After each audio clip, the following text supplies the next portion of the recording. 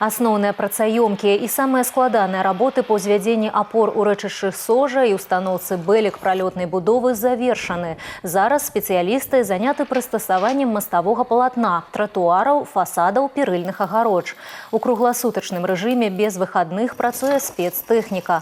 Аўтапагрузчыкі, краны, каткі і больш за 100 высокакласных спецыялістаў некалькіх субпадрадных арганізацый з розных абласцей Беларусі.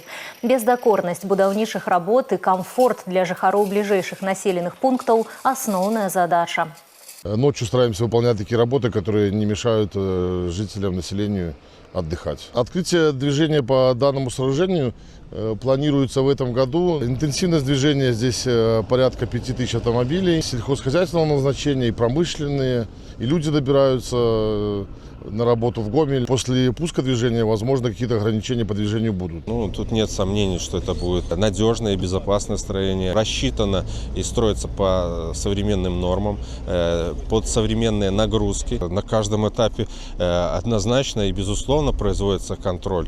И он производится нескольких подразделений. То есть и наша служба качества контролирует постоянно, технический надзор постоянно присутствует на объекте. Соответственно, есть контролирующий орган еще Госстройнадзор. Акрамя моста ў Веткаўскім раёне, у Гомельскай вобласці вядзецца будаўніцтва яшчэ 2 збудаванняў. Праз Сож на ўсходнім абходзе Гомеля і праз Днепр у Рэчыцкім раёне.